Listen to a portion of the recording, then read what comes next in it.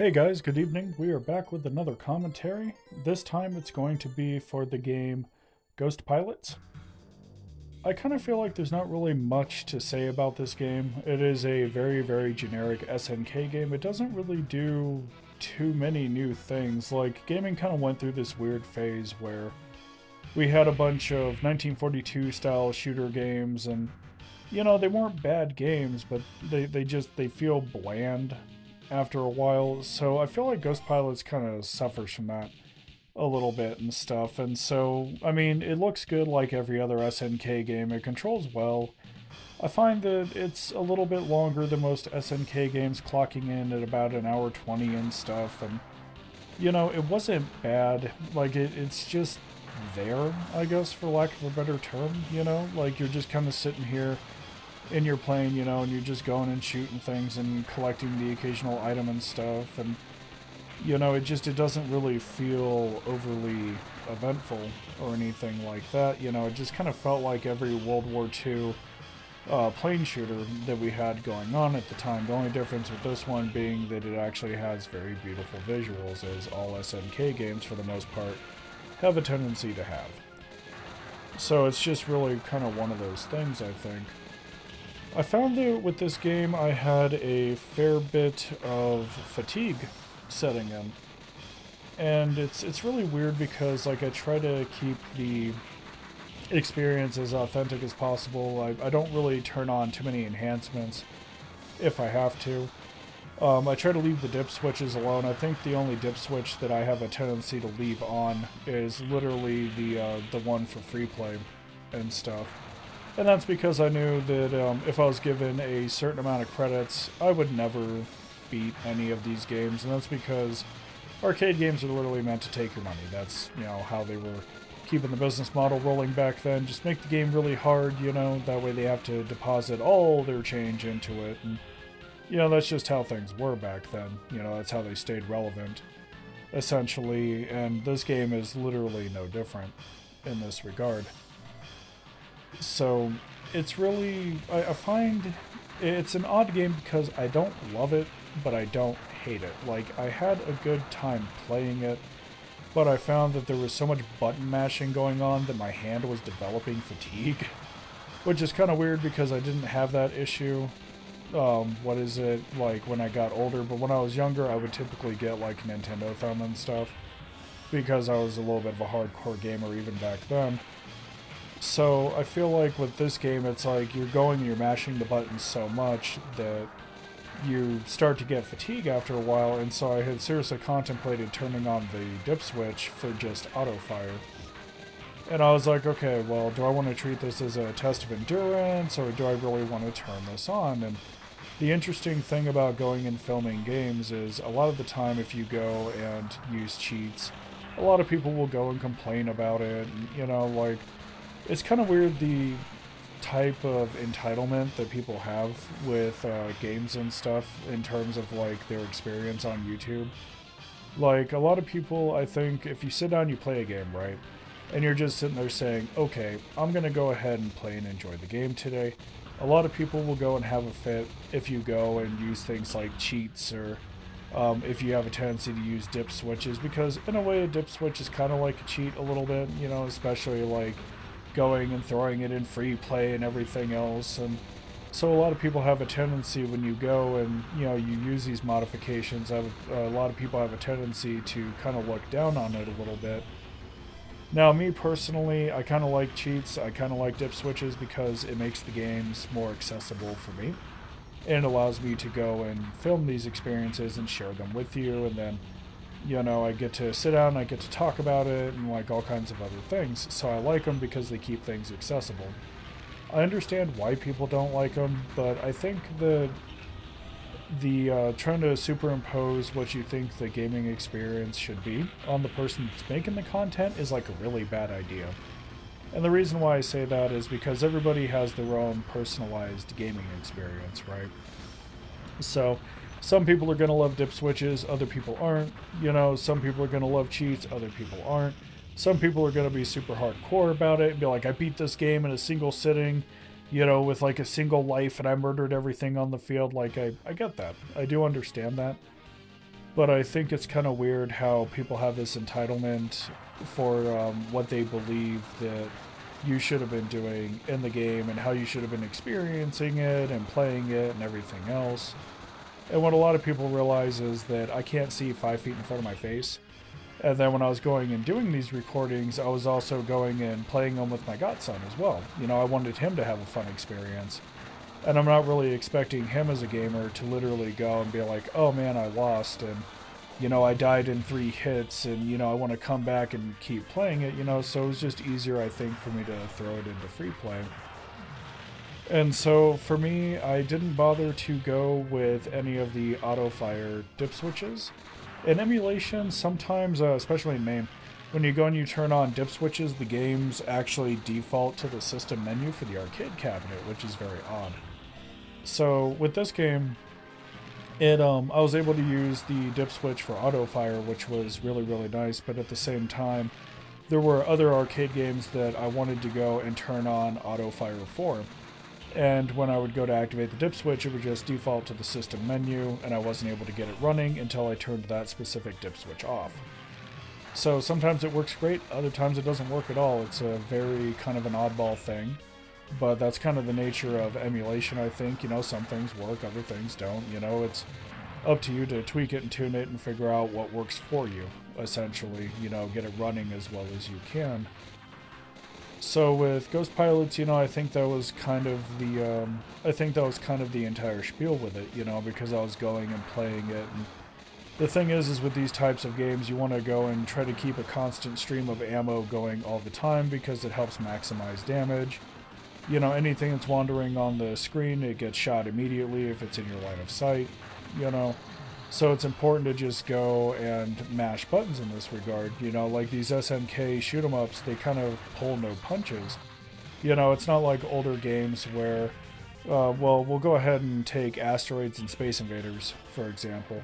Those older games, you know, like you would go and you'd be careful with your shot placement, and, you know, you had to be careful because they wanted you to aim precisely, especially with Space Invaders and everything else. You know, that's just kind of how you did that. But with the Japanese side of shoot-'em-ups and stuff, they weren't really quite like the American side where, you know, with the American, well, European and American sides of things, they wanted more high-precision shots.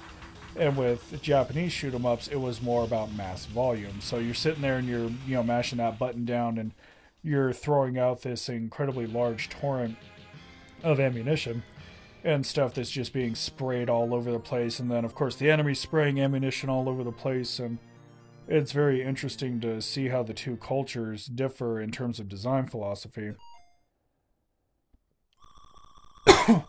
So I think that personally auto-fire would have actually been really nice on it. Yeah, I think auto-fire would have been very, very beneficial.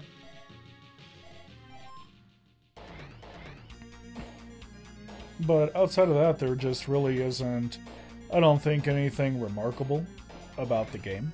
You know, like, it doesn't really, I feel that it just doesn't really do anything revolutionary. It's not bad, it's not great, it's just there. And unfortunately, I think a lot of arcade games kind of fell into this hole because you could go and have like an arcade game like this, and then your competition, you know, like 7 other companies would literally have the same exact game. So a lot of the times you would ask yourself the question, okay, how do we differentiate this? And in SNK's case, it was like, well, we got to have bitching graphics, we got to have a real specific style of art direction, and then, of course, as always, we got to have like a fair bit of difficulty. And so that's kind of what this game does. And even with those items in place, you know, it just doesn't really feel like an original thing. Like, it doesn't really feel like it's reinventing the wheel, so to speak. You know, but to be fair, I can't really think of too many arcade games that actually did, which, you know, I guess we could go and give it that caveat, but, you know, I kind of feel like a lot of arcade games in general kind of suffered with this.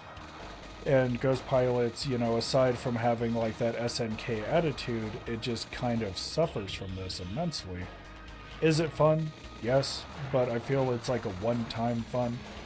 You know, like the kind of fun that you literally go and it's like you go, you dump your change into it, you go, you beat it, and then you're done with it. It's not like House of the Dead where you can go and be like, oh, okay, I beat it, let's go back and do that again. Like, a lot of Sega's arcade games are really, really good about it.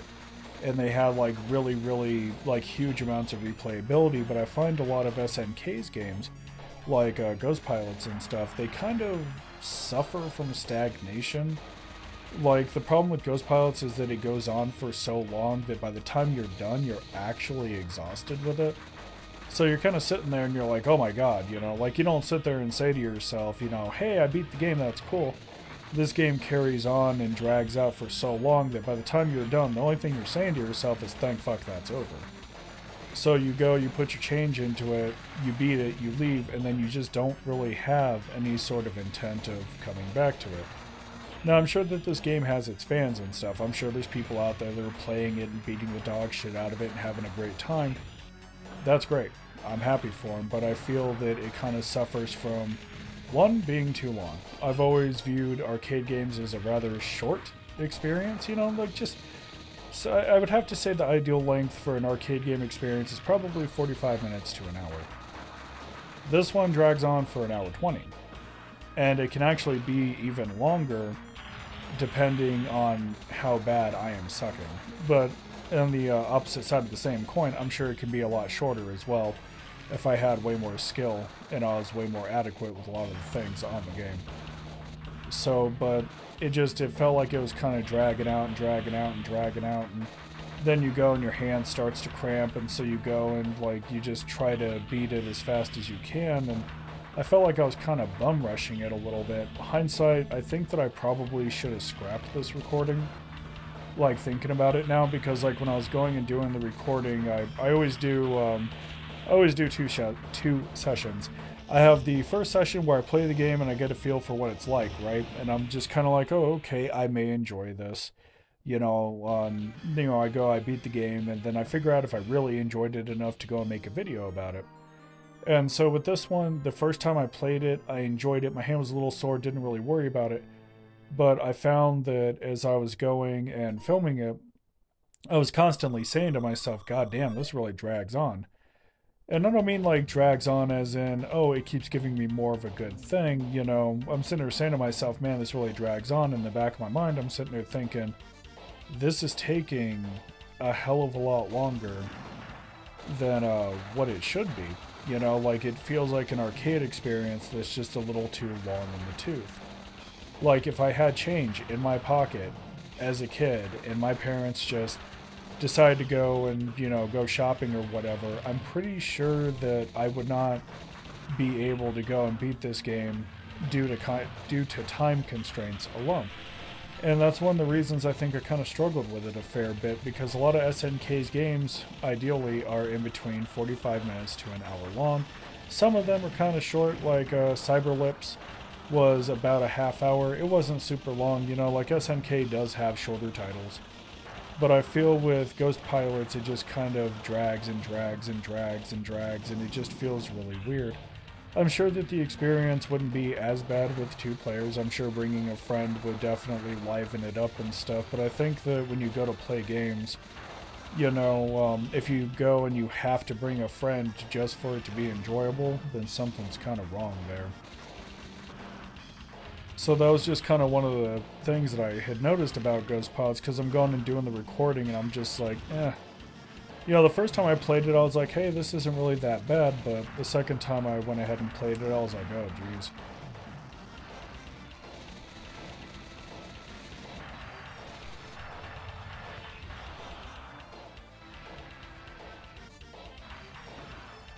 Yeah, like even going through these articulated backgrounds and stuff, the game actually looks gorgeous for the time. It's nothing but straight up stunning, and I'm kind of sitting here and I'm just like, you know, how can you have visuals that look this good, but the gameplay, you know, just doesn't really, it doesn't really click with you that well, you know, not the second time at least. First time it's great, second time not so much.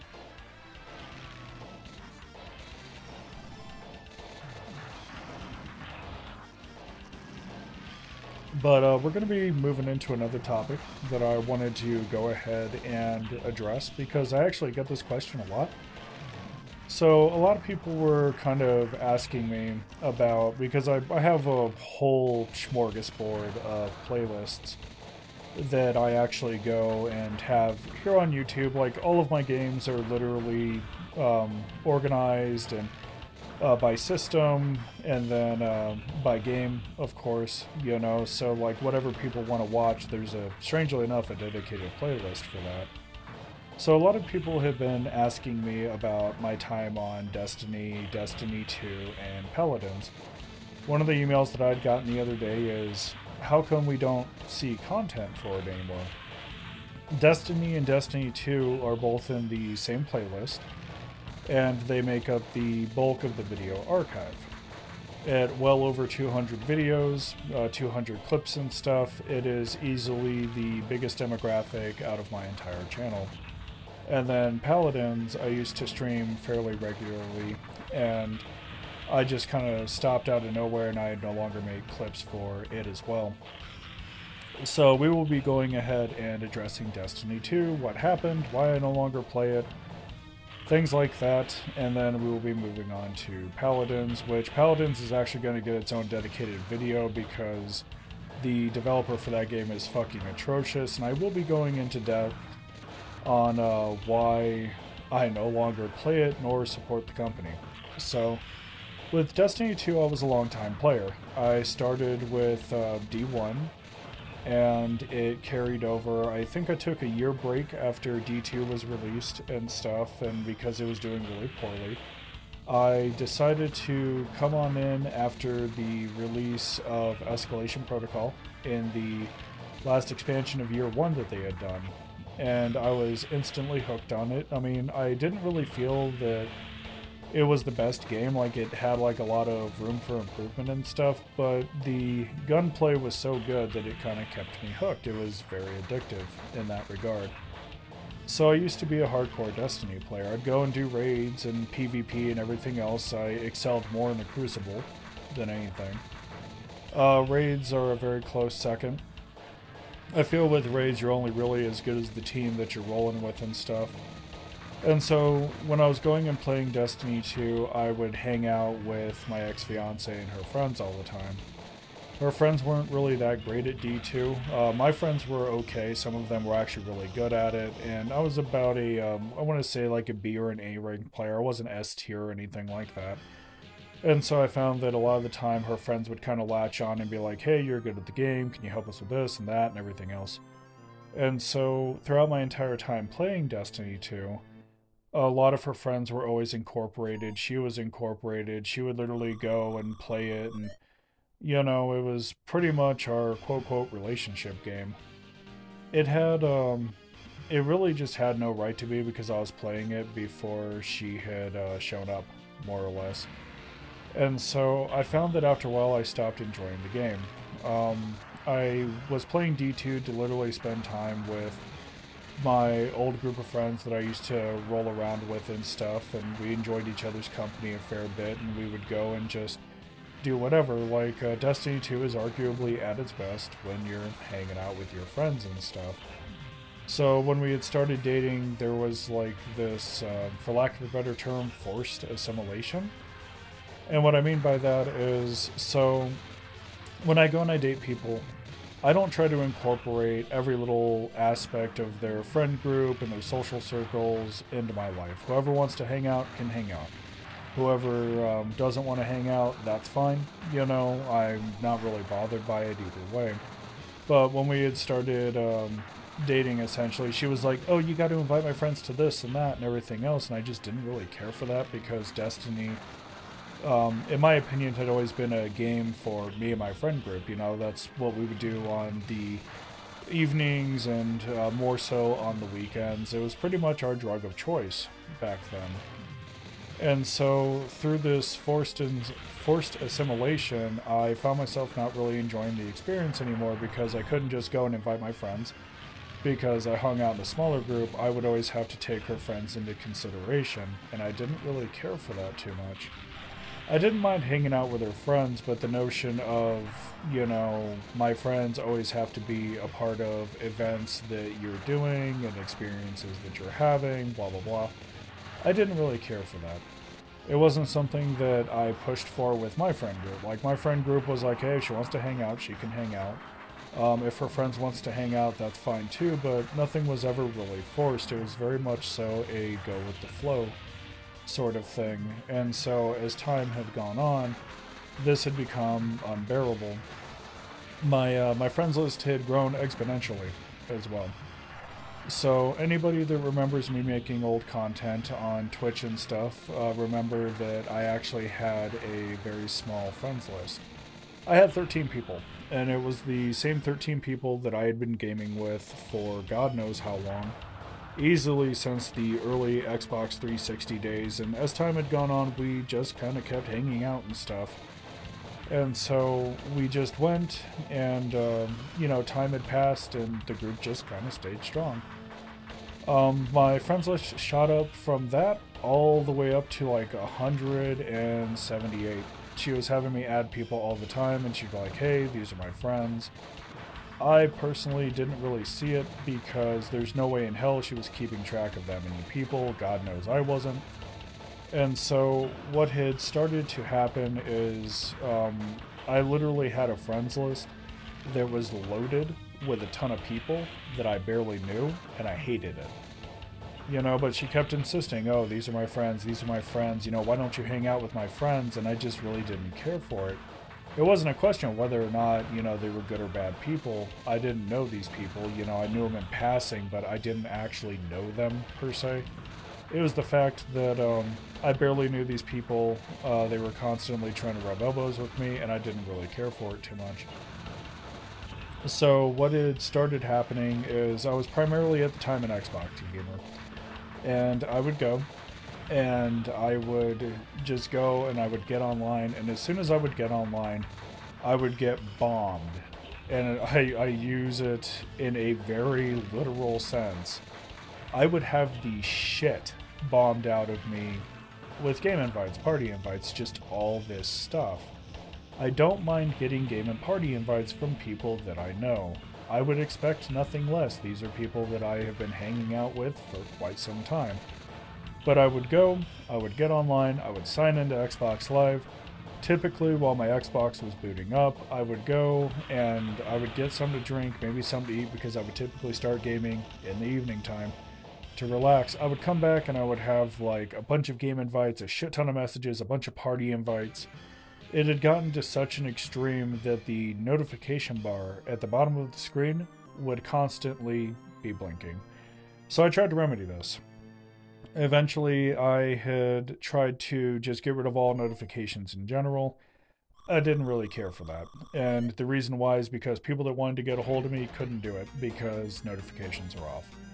And then I wouldn't get notifications for things like achievements, equally as aggravating because Microsoft at the time didn't have options for me to go and just pick which notifications I wanted to get and which ones I didn't. And so the horrible aspect about it is Xbox Live also changed its policy. It used to be on old Xbox Live that the 360 and the OG Xbox ran. If you wanted to go and have somebody on your friends list, you had to send them a friend request. They had to accept it, and then only when they accepted it would you guys be friends. On the Xbox, well, starting with the Xbox One, they treated it more like Twitter, where they didn't have to be mutual about it. They could just go, add you, see when you were online, and then go from there. And I hated that because when I have friends lists and stuff, I like to give consent, more or less. Be like, hey, it's okay that you're there. Well, with the new style of Xbox Live, they more or less threw all that shit out the window. And as an end result, people could see when I was online, and then just proceed to bomb the fuck out of me with various messages, both text and voice. And it just really wasn't getting any better.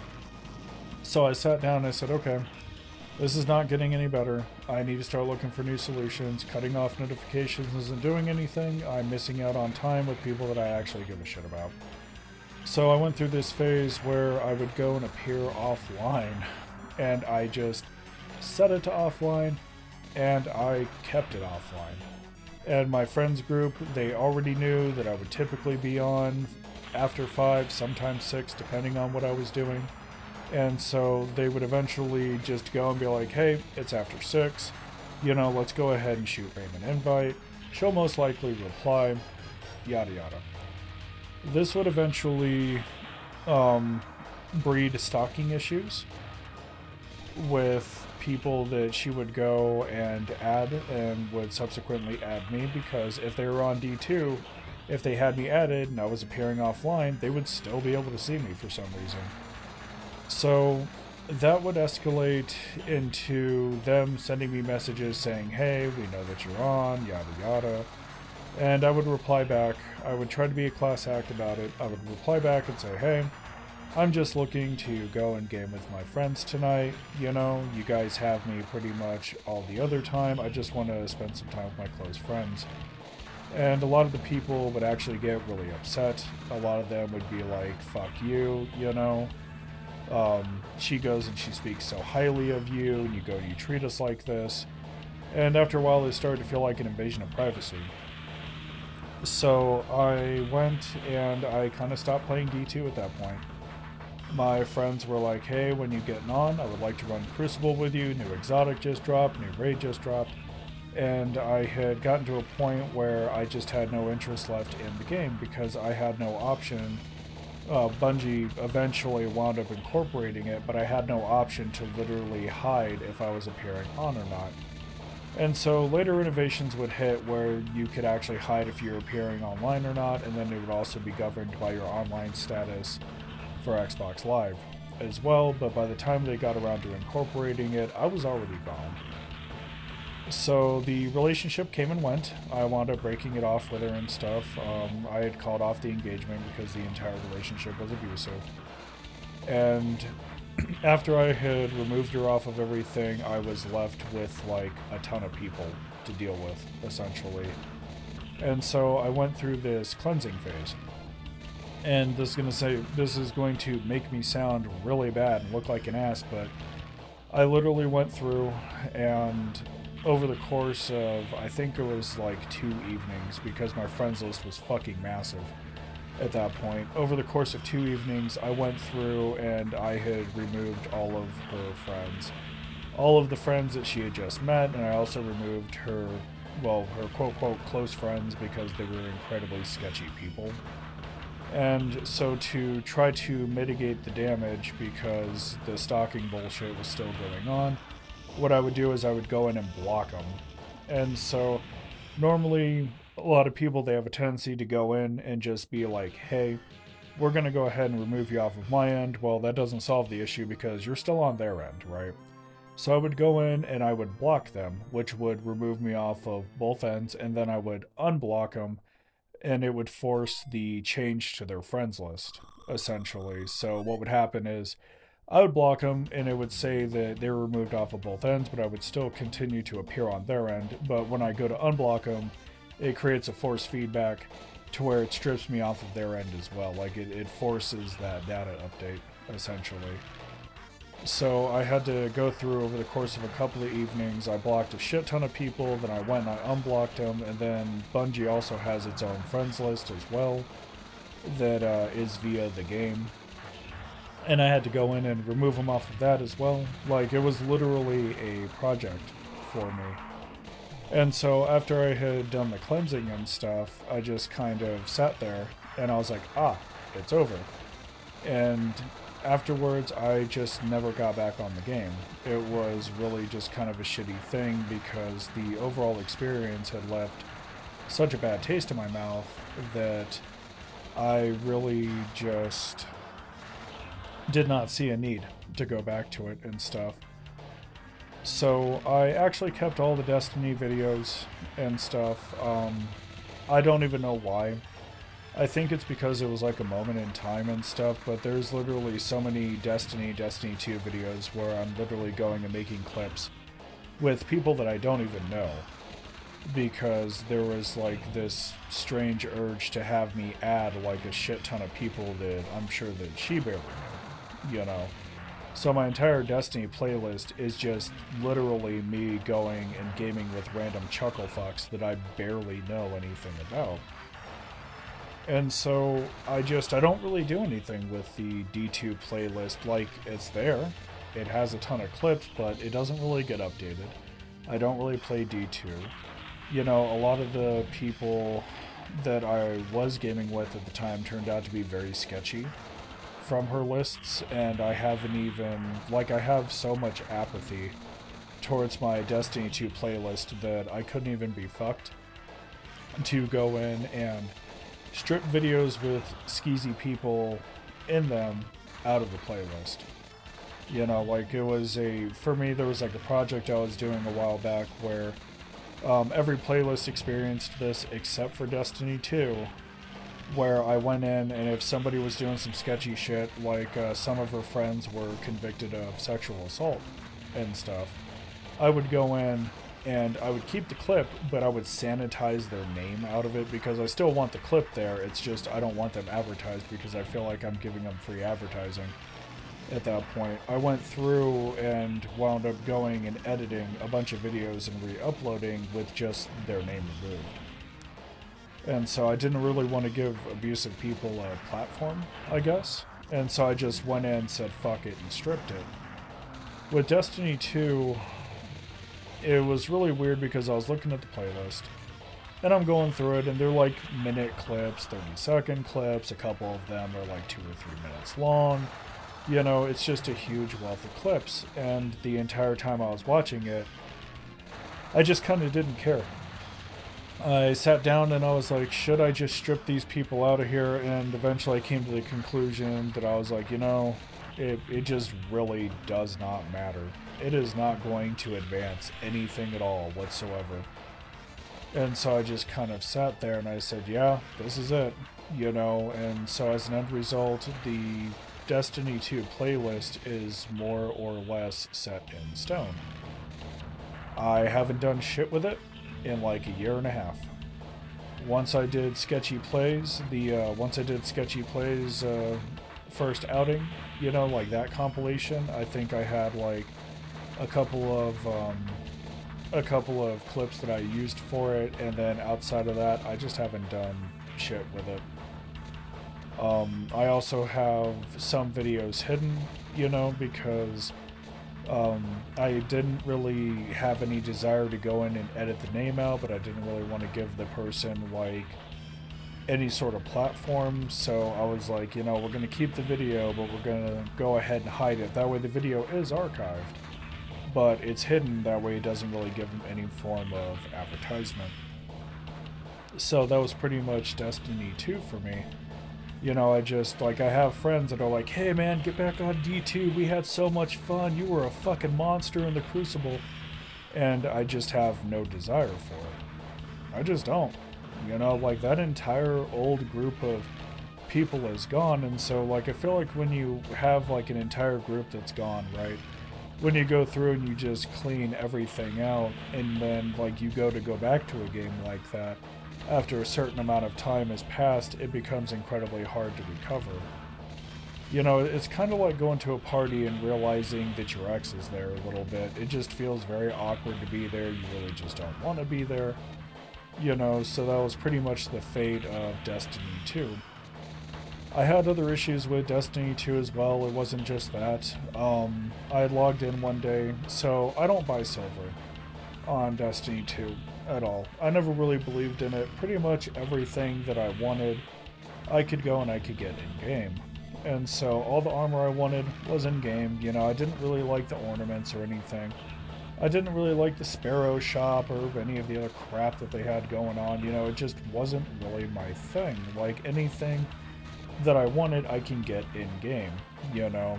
And hindsight, you know, that's not a bad thing. It's actually a pretty fucking good thing, but you know, it never really left me much desire to go and buy silver. I mean, after buying expansion packs and, you know, the game itself, back before the game was released as free-to-play, you know, having around $140 wrapped up in a game, you just really don't want to look at microtransactions. It doesn't really feel particularly healthy. So, I had logged in one day, and I had noticed that I had a negative silver balance of, I think, like 2,000 or some shit. Like, it was really weird. And the thing with Bungie is that they don't really have any sort of support system in place. Like, they go and they have the forums, but the forums I find a lot of the time are just really fucking toxic. And it's just full of like a bunch of bullshit that I just don't really want to be a part of, you know? So it was very oddball for me. There was really no way for me to reach out to Bungie and be like, hey guys, what the hell is going on here? This is kind of weird. And so to make things worse, the Halloween event had rolled around and they actually had pretty cool ornaments. So I said, not a problem, I'm going to go ahead and buy some silver. First time doing it. I went ahead and after a while the negative silver balance had disappeared. Like it went from like negative 2,000 just to 0.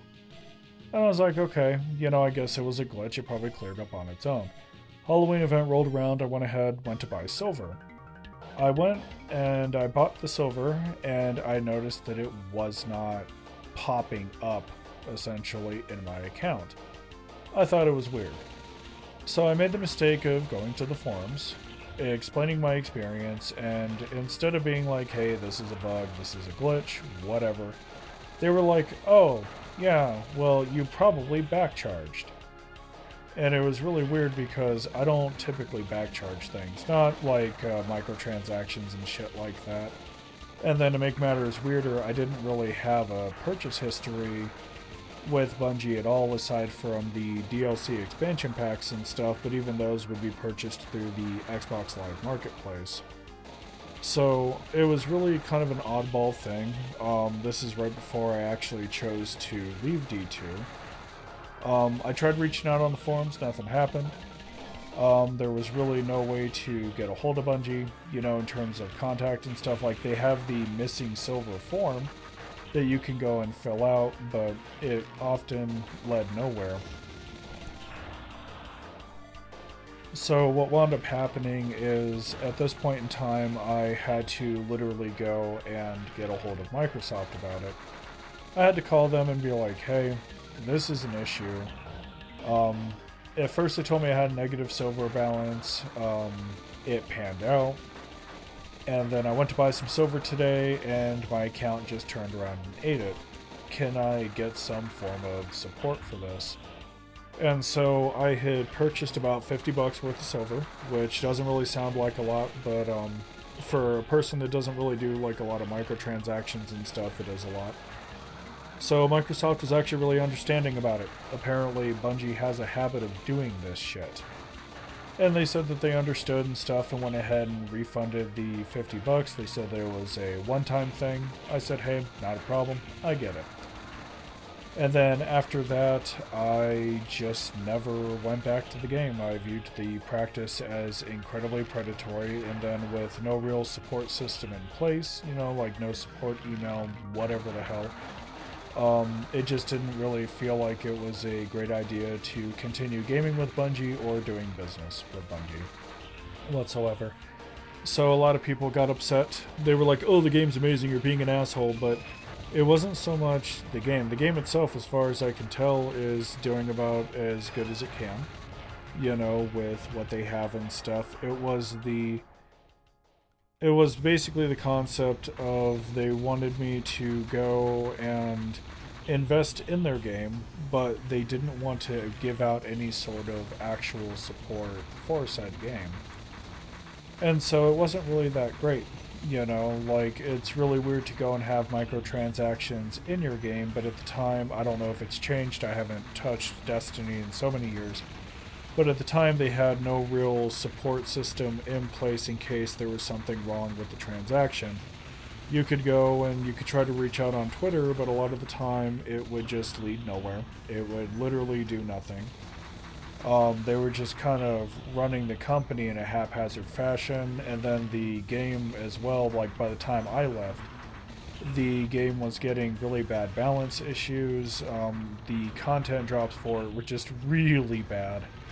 And so I had kind of cut ties at that point. I didn't really see a need to go back, you know, like a lot of people that I had talked to about it, they were like, oh hey, you know, we really miss you out here and yada yada yada. And I would have to explain to them, you know, hey, I just don't really have any intent to come back, so you know, part of it was just like a really shitty relationship. Part of it was like a really, really horrible experience with business transactions in terms of like actually buying things. I mean, it just, I feel like in many ways that Destiny is a dying thing, you know, and like looking at the reviews for most of the modern expansion packs that they've dropped, I can see that it just really hasn't gotten better. Like the business practice hasn't changed whatsoever. So they want your money, they want to make money off of you, but they don't really want to provide any sort of actual support. And I just refuse to kind of play games like that, essentially. So I went ahead, left D2, haven't bothered to go back to it or anything like that, and you know, it's just kind of been like that for quite some time. So, you know, it is what it is, I think, at that point. Like, I have a lot of good memories with Destiny, but I have, like, a lot of fucking horrible ones on top of it. So I just kind of moved on from it. You know, I moved on, I played other games, and, you know, I don't find myself missing it. Like, I'm not a crack addict threatened with rehab where I'm just sitting there screaming, I'm Jonesing, man, I'm Jonesing. It was kind of a part of my life for a little bit, and then I just kind of moved on.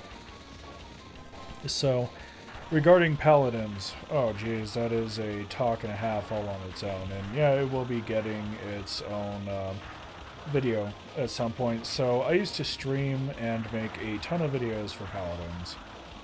And at the time, I was very much so a believer in what Hi-Rez was doing. I had been playing Paladins since the like extremely early beta days when it first became accessible and stuff. I bought the various packs and stuff they released because at the time the company was in a very good place.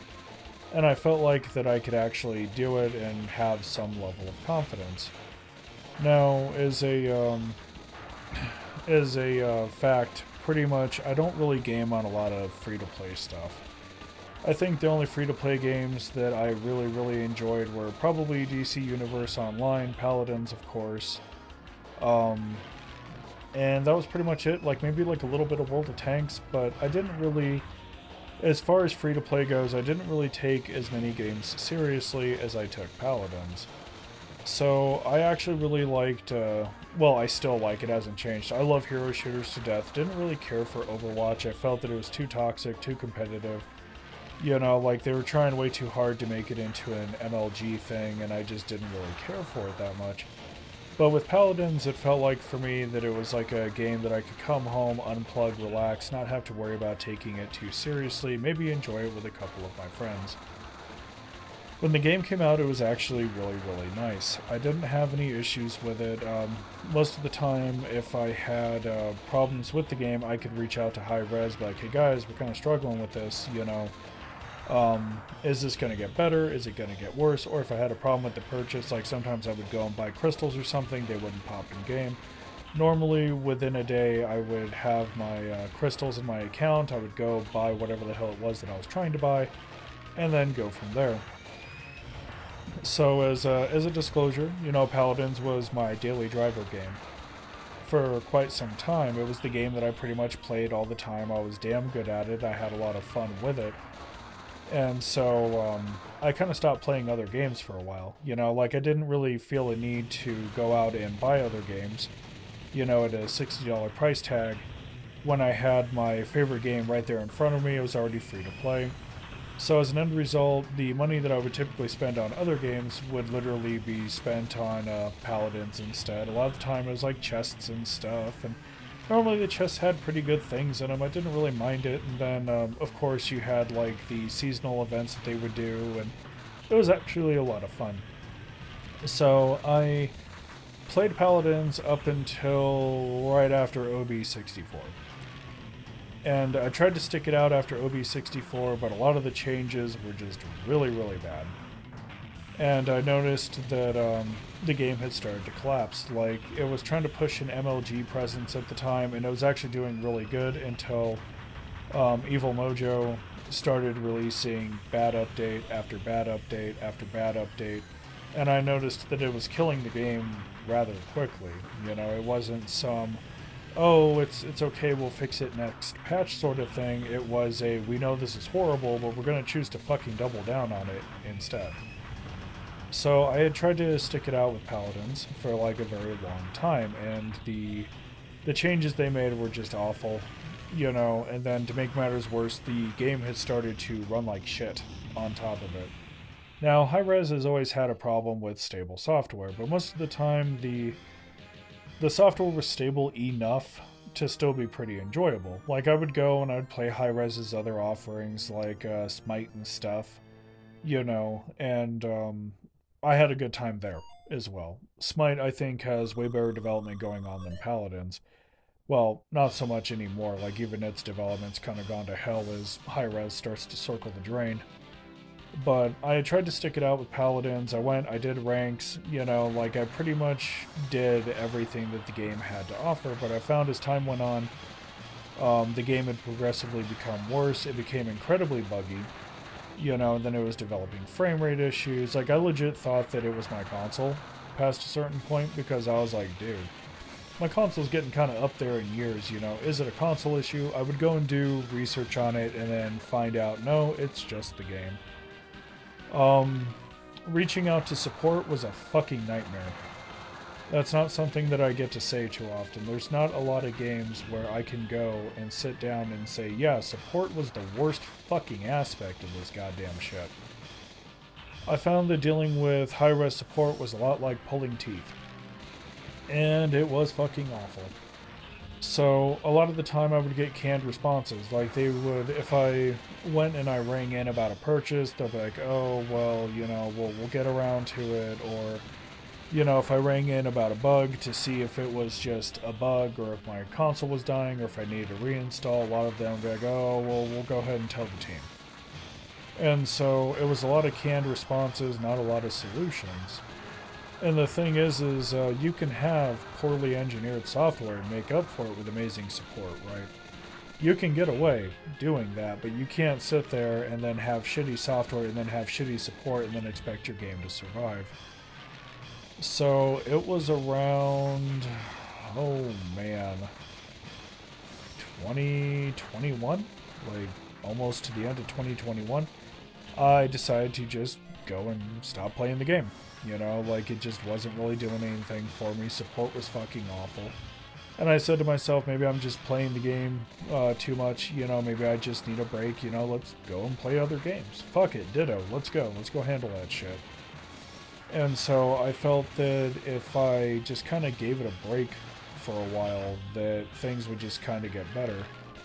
And they didn't. They got worse.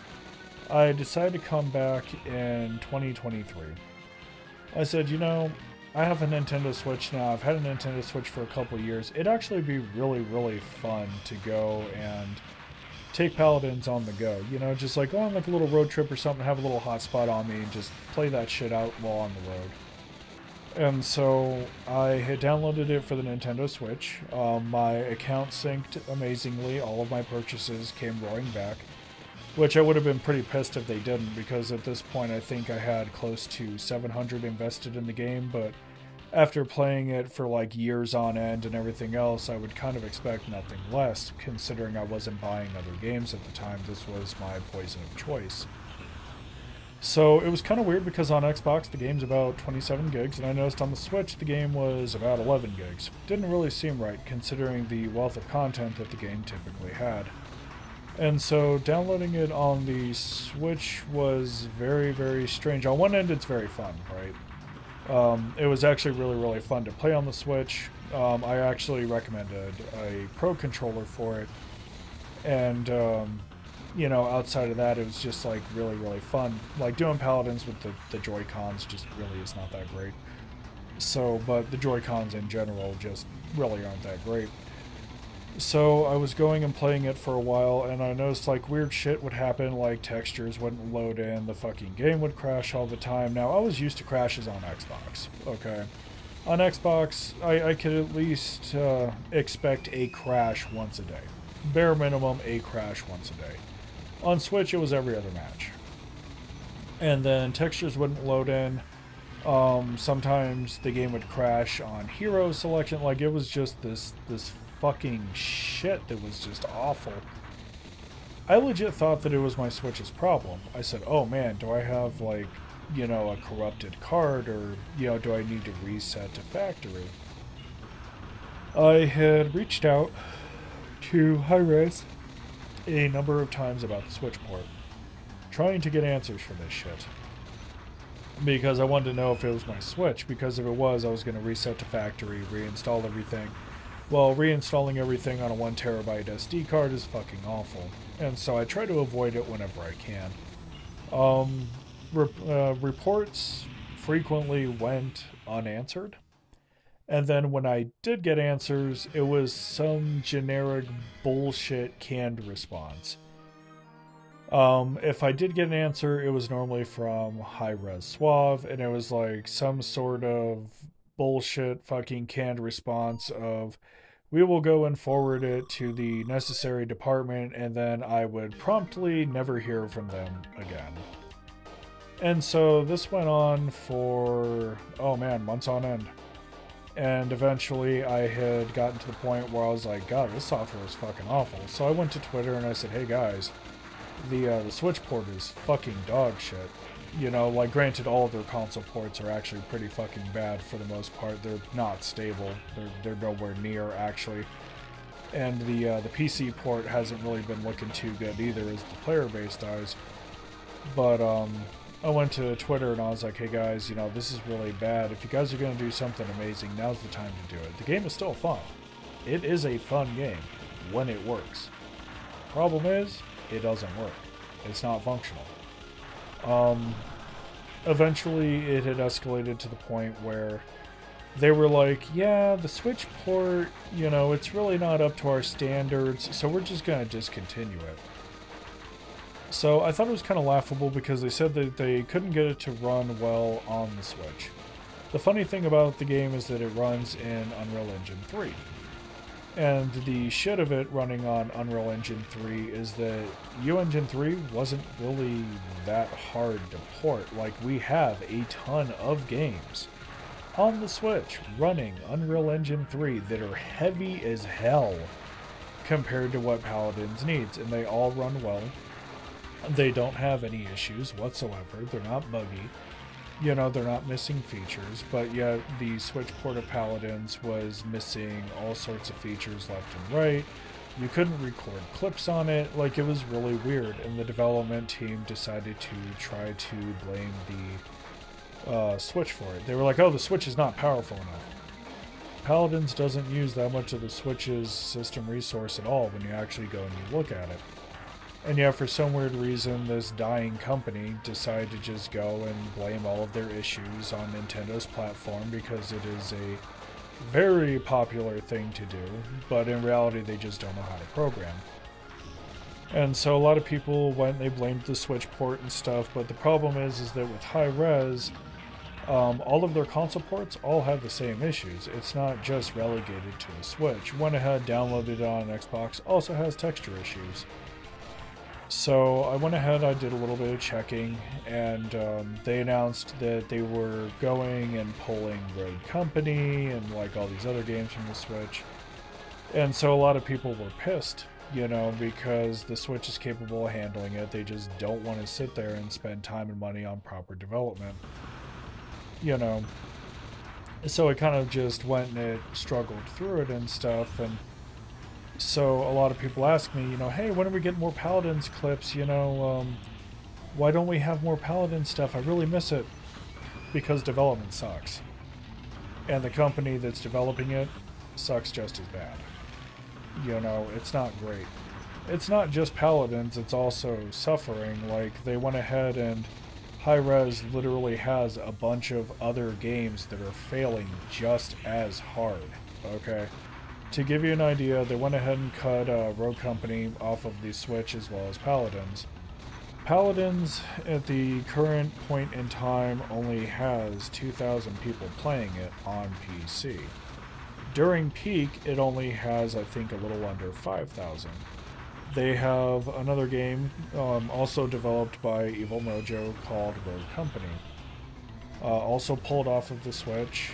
They said that they would never be able to envision what they wanted to on it. I don't know what they're envisioning aside from failure. The game has less than 900 players worldwide. Smite is strangely enough doing okay. It actually is doing the best out of all of them, but at over a decade of life, I would kind of expect nothing less.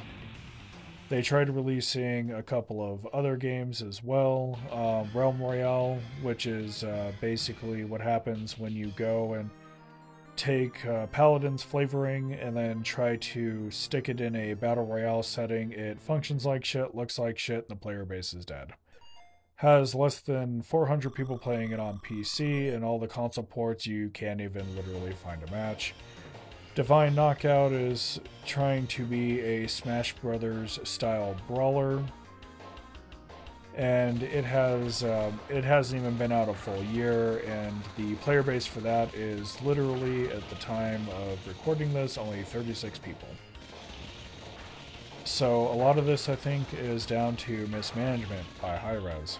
They've never really been good at this, you know. They don't advertise, they don't patch things in a timely fashion. A lot of their coding is complete and utter dog shit. None of the software is stable. They don't really make enhancements as needed. They don't listen to the community whatsoever. So as an end result, I just don't play any of their games anymore. They're a dying company.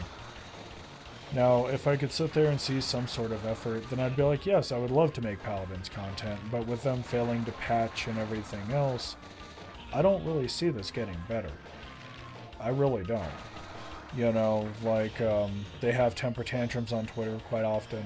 You know, the Evil Mojo account is very notorious for this, apparently, up until the point where they just kind of stopped posting. So, I actually, believe it or not, I actually really like a lot of their games. I love Paladins in general. I'm kind of hoping at this point in time that they kind of do the sensible thing, find a company that wants to do something with the IP, and then go and sell it to them. You know, hell, I'd even be a fan of Blizzard scooping it up at this point. But in its current state, Paladins is just not playable. It looks like shit, it functions like shit, it crashes all over the damn place. Even the PC port functions like shit, so this is why, you know, we're never going to go and see content on this channel for Paladins ever again. They just don't care about the game, is what the fuck that boils down to. Like, they want to go and make money, right? Like, they want you to go and spend money, but they don't want to actually get up off their asses to do anything meaningful with it. They don't want to expand staff, like, they just don't want to do anything. And that's one of the main reasons why we're not really seeing any sort of meaningful content anymore. A lot of it is just recycling, rehash, followed by a bunch of skins, buy our stuff, you know, wink wink. And so I'm never going to make content for the game again, unless it does some kind of revolutionary overhaul where, you know, they rewind that shit back to before OB64. I really just don't have any desire to go and play it. Support is lacking. Trying to blame shitty programming on Nintendo's platform is fucking awful. I mean, granted, not everybody wants to go and program for CUDA cores, which I do get that. But at the same time, you know, trying to blame core issues that you've been having on a platform that you can't even program correctly for is very embarrassing, I think. So, you know, at this time, I don't plan on playing any of Hi-Rez's games. I miss Smite, I miss Paladins and stuff, but at the end of the day, I feel like Hi-Rez is a dying company. They don't want to do proper support, they don't want to patch anything, they literally just don't want to do anything besides junk development.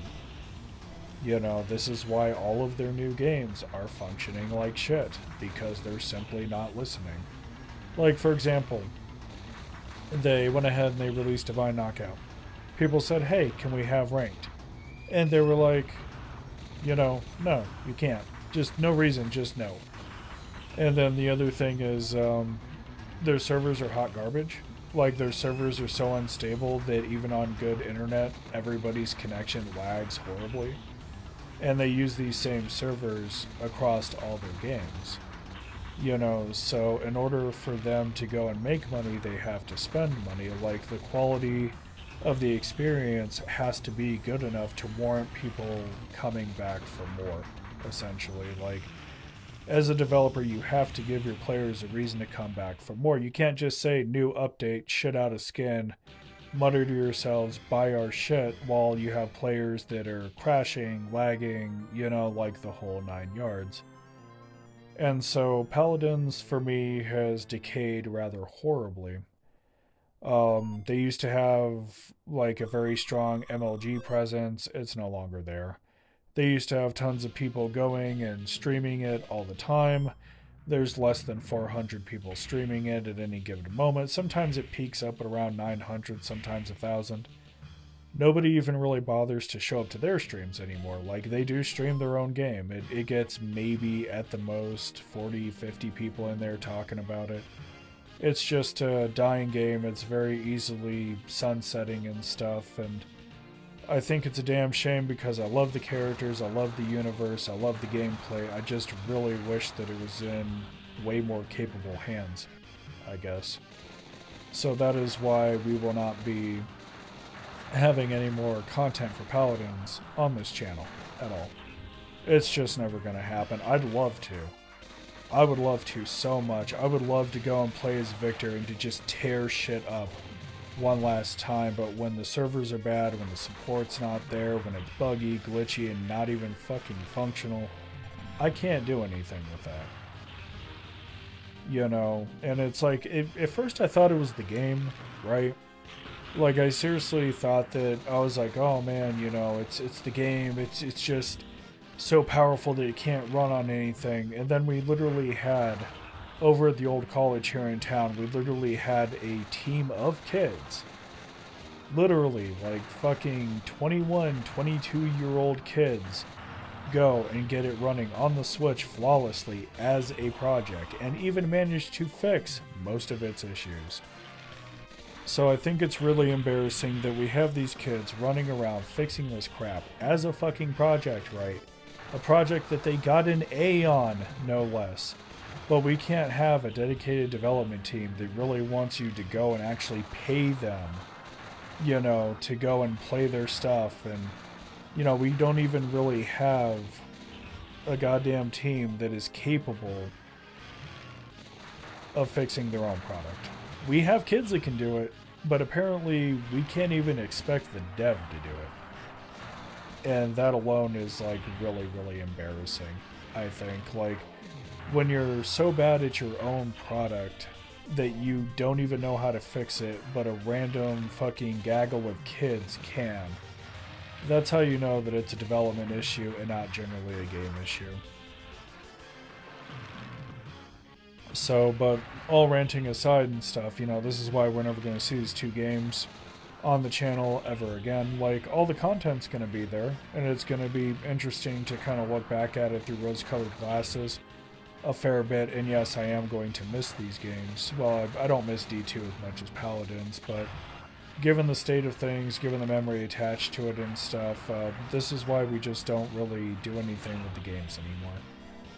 You know, we just don't go and say, hey, we're going to play the hell out of this. It's just, in many ways, it's just dead. That's just how it is. There's really no pussyfooting around with it. There's really no extra meaning or other reasonings or anything like that. It's just they're dead titles that aren't really going anywhere. Both of them have predatory practices and sketchy shit going on with them. It just really isn't getting any better, you know, and you know, that's why it's okay to go and sunset your games sometimes. Like, if the experience is bad, just say fuck it, cut it loose. That's all you gotta do. So, but with that thought in mind, I've been talking for a very long time, going on an hour and 4 minutes. There really isn't much else to say during this video, I feel. It's been kind of weird sitting here talking to myself for a while. But alas, people say that they like these commentary videos, so I still find time to go and make them. There is 16 minutes left in this video. The commentary, however, is going to end here. As always, I will be back with another commentary vid. We're actually coming up on the end of the SNK commentaries, which is actually kind of exciting, right? So with that thought in mind, I wanted to take time out to say, hey guys, I appreciate what you guys bring out here. I'm glad that you guys take time to view these videos, and even if you don't comment, that still means the world to me. At the end of the day, you're still giving me your time and your energy and your effort and stuff to come out here and view my content. So I'm incredibly grateful for what you guys do here, and I do want you guys to know that I am thinking of you. So with that thought in mind, I hope you guys had a good time and stuff listening to my yammerings and my ramblings.